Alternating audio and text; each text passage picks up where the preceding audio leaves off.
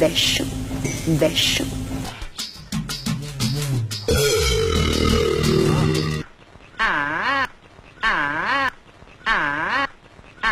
சாப்பாடு போட்டுனா நான் ஓட்டு வாங்க மாட்டேன்.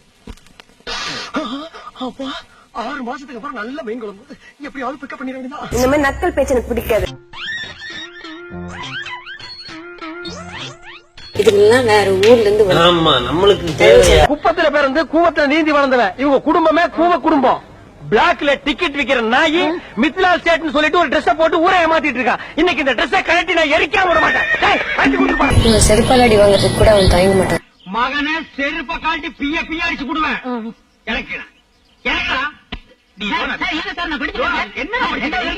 வாங்க சாப்பிடுவோம் வாங்க. கடவுளே எத்தனை ஆண்டுகள் அந்த பணி இருக்கிறேன். கூப்பிட்டு ஐ திங்க் ஐ லைக் அந்த கிழவி நல்லா சொல்ல சொல்லு.